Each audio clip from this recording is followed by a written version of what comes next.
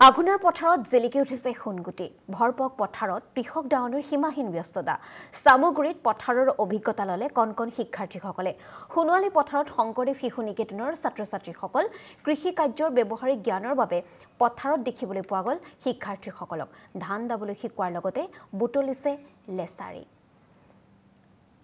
আৰু এই সন্দৰ্ভত সামগ্ৰীৰ সাংবাদিক অভিজিত বৰাৰ এক প্ৰতিবেদন আগবঢ়াইছো সোণগুটি চপোৱাত ব্যস্ত হৈ পৰিছে এতিয়া কৃষকসকল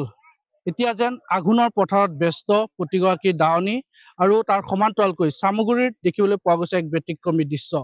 সামগ্ৰীৰ এখন বিদ্যালয়ৰ ছাত্ৰ-ছাত্ৰীৰ লগতে শিক্ষক-শিক্ষয়িত্ৰীসকল আৰু অভিভাৱকসকলে যেন এতিয়া ছাত্ৰ-ছাত্ৰীসকলক যি কৃষিৰ ক্ষেত্ৰতে হওক বা যি ব্যৱহাৰিক জ্ঞানৰ প্ৰদান কৰাৰ ক্ষেত্ৰতে ইতিমধ্যে তেওঁলোকক যি দাৱনীৰ ওপৰত দেখিবলৈ পোৱা গৈছে আৰু তেওঁলোক যেন এতিয়া ধান কটাত ব্যস্ত মই এবাৰ পৰিৱেশটো দেখাইছো এয়া হৈছে সামগ্ৰীৰ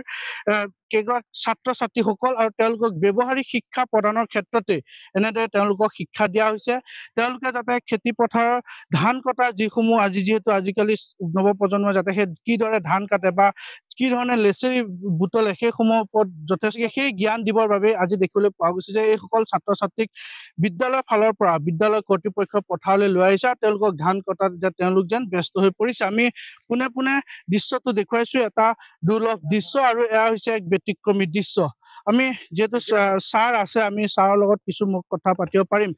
এটা ব্যতিক্ৰমী দৃশ্য আৰু এই বিদ্যালয়খনে আপোনালোকে দেখিবলৈ পোৱা গৈছে যে আজি দাৱনীৰ ওপৰত ছাত্ৰ-ছাত্ৰীসকলক আপুনি ধান কাটিবলৈ দিছে আৰু লেচেৰী বুটলাটো একাংশ ব্যস্ত হৈ পৰিছে কি ক'ব এটা ব্যৱহাৰিক জ্ঞান প্ৰদান কৰিছে আপোনালোকে জয় জয়তে মই অসম লাইভ 24ৰ তৰফৰ পৰা মানে শুভেচ্ছা জ্ঞাপন কৰিছো আজি আমি আমাৰ নিকেতন সমূহে বিশেষকৈ শংকৰদেৱ শিশু নিকেতন সমূহে আমাৰ ছাত্ৰ-ছাত্ৰীক বিদ্যায়তনিক শিক্ষা দিয়াৰ উপৰিও ছাত্ৰ-ছাত্ৰীক ব্যৱহাৰিক জ্ঞান বৃদ্ধিৰ কাৰণে আমি এনেধৰণৰ পদক্ষেপ লওঁ আপোনাৰ ছিজন অনুসৰি ধৰক আপোনাৰ এতিয়া সোণোৱালী গুটি আমি চপোৱাৰ সময় গতিকে আমাৰ ধানেৰে গোটেই পথাৰ সোণোৱালী হৈ আছে এই ধানসমূহ চপোৱাৰ কাৰণে আমাৰ দাৱনীয়ে যেনেকে ধান দায় গতিকে সেই শিক্ষাটো দিবৰ কাৰণে আমি পথাৰত ছাত্ৰ-ছাত্ৰীক লৈ আহিছো তো আমি কেনেধৰণৰ শিক্ষাৰ জৰিয়তে আমি যিহেতুকে আমাৰ ভাৰতবৰ্ষৰ প্ৰধানমন্ত্ৰী নৰেন্দ্ৰ মোদীয়ে কয় যে পথাৰো আমাৰ বজাৰো আমাৰ তো আমি সেই শিক্ষা এতিয়াৰ পৰা আমি ছাত্ৰ-ছাত্ৰীক দিয়াৰ চেষ্টা কৰিছো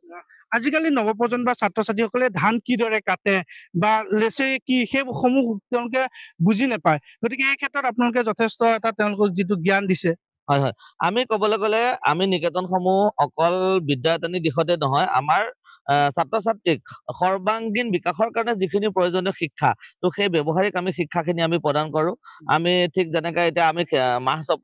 ধান চপাবৰ কাৰণে আহিছো ঠিক যেনেকে অলপ দিনৰ পিছত মাহ সৰিয়হ হ'ব সেই তাৰ যিটো চপোৱাৰ যিটো পদ্ধতি সেইখিনি আমি তেওঁলোকক শিক্ষা দিওঁ লগতে আপোনাৰ ধান ৰোৱা বা কঠীয়া কেনেধৰণে সিঁচে সেইখিনিৰ পৰা আমি তেওঁলোকক শিক্ষা দি পেলাই আমি আগুৱাই লৈ যোৱাৰ চেষ্টা কৰো নিশ্চয়কৈ যাতে ছাত্ৰ-ছাত্ৰীসকল যাতে অকল পঢ়া শ্ৰেণী কোঠাতে যাতে তেওঁলোক পঢ়া শুনাৰ ক্ষেত্ৰত আবদ্ধ নহওক গতিকে ব্যৱহাৰিক ক্ষেত্ৰতো যাতে ব্যৱহাৰিক যিসমূহ শিক্ষা সেইসমূহ যাতে তেওঁলোকে বুজি পাওক তাৰ প্ৰতি তাৰ উদ্দেশ্যৰে এনেদৰে ছাত্ৰ-ছাত্ৰীসকলক এই জ্ঞান দিয়া হৈছে আমি যিহেতু ছাত্ৰ-ছাত্ৰী সকলো আছে আমি তেওঁলোকৰ লগত কিছু কথা পাতিম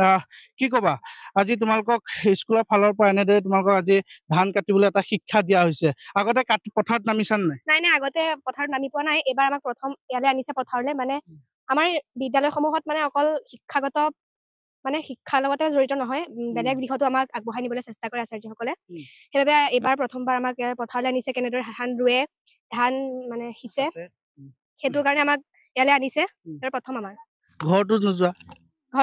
ঘৰত কাটা নাই ঘৰত কাটি পোৱা নাই মই এবাৰ প্ৰথম কাটিছো নিশ্চয়কৈ এনেদৰে এইবাৰ তেওঁলোকে এই ব্যৱহাৰিক শিক্ষা এবাৰ পোনপ্ৰথমবাৰৰ বাবে পাইছে ইতিমধ্যে কৈছে যে তেওঁলোকে যাতে পঢ়া শুনাৰ ক্ষেত্ৰতে শ্ৰেণী কোঠাতে আবদ্ধ হৈ নাথাকক তাৰ এইটো এটা তাৰ উদ্দেশ্যৰে যাতে তেওঁলোকে ধান কিদৰে কাটে সেই তাৰ প্ৰতিও এটা তেওঁলোকক খেতি পথাৰ কেনেদৰে কৰিব লাগে সেইসমূহৰ ওপৰতো তেওঁলোকক শিক্ষা দিয়া হৈছে বাইদেউ সকলো আছে বাইদেউ কি ক'ব আপোনাৰ সামগ্ৰী শংকৰদেৱ শিশু নিকেতন ছাত্ৰ-ছাত্ৰীসকলক আজি এটা ব্যৱহাৰিক শিক্ষা দিয়া হৈছে ধান কটাৰ ক্ষেত্ৰত এটা শিক্ষা দিয়া হৈছে হয় আমি চেষ্টা কৰিছো ছাত্ৰ-ছাত্ৰীক পাঠ্যক্ৰমৰ লগতে শিক্ষাগত পাঠ্যক্ৰমৰ লগতে যাতে সিহঁতে ব্যৱহাৰিক দিশত আগবাঢ়ি যাব পাৰে সেইকাৰণে আমি আজি তেওঁলোকক এই পথাৰলৈ আমি লৈ আহিছো কাৰণ আপোনালোকে জানে যে ধান আমাৰ প্ৰধান আহাৰ হিচাপে মানে তাৰ পৰা আমি ধানৰ পৰা আমি প্ৰধান আহাৰ পাওঁ ভাত আৰু অসমৰ মানুহৰ প্ৰধান আহাৰটোৱে হৈছে ভাত আৰু আমাৰ মানুহখিনি সাধাৰণতে কৃষিজীৱীৰ পৰা ওলাই গৈছে ব্যৱসায়িক দিশত ওলাই গৈছে বিশেষকৈ মানে চাকৰি ভিত্তিক হিচাপে সেয়েহে আমি ছাত্ৰ ছাত্ৰীসকলক উপলব্ধি কৰাব বিচাৰিছো যে কৃষিৰ পৰা আমি কেনেকে উৎপাদনক্ষম কৰিব পাৰো আৰু কেনেকে আগবাঢ়ি যাব পাৰো আৰু আমি যে খাই আছো ভাতমুঠি সেই ভাতমুঠি প্ৰকৃততে আহিছে ক'ৰ পৰা আমাৰ ছাত্ৰ ছাত্ৰীসকলে নাজানে বহুতেই নাজানে কাৰণ আজিকালি আমি প্ৰায় খেতি পথাৰ বাদ দিছো দি পেলাই আমি কিনা চাউলৰ ভাত খাই আছো সেয়েহে আমাৰ ছাত্ৰ ছাত্ৰীসকলে এই যে ভাতমুঠি কাঁহীত যে পাইছে সেই ভাতমুঠি ক'ৰ পৰা আহিছে সেই অভিজ্ঞতাটো জনাবৰ কাৰণে আজি আমি এনেকে তেওঁলোকক উলিয়াই লৈ আহিছো হয় নিশ্চয়কৈ এটা সুন্দৰ পদক্ষেপ এয়া হৈছে চামগুৰি শংকৰদেৱ শিশু নিকেতনৰ ছাত্ৰ ছাত্ৰীসকল শিক্ষক শিক্ষয়িত্ৰীসকল তেওঁলোক এনেদৰে পথাৰত আজি নামি পৰিছে আৰু দাৱনীৰ ৰূপত সকলোকে দেখিবলৈ পোৱা গৈছে দাৱনীৰ ৰূপত আজি তেওঁলোকে ধান কাটিছে এগৰাকী ছাত্ৰীয়ে এখন ডলাত দেখিবলৈ পোৱা গৈছে যে কি লৈ আছা তুমি সিফালে ঘূৰি দিয়া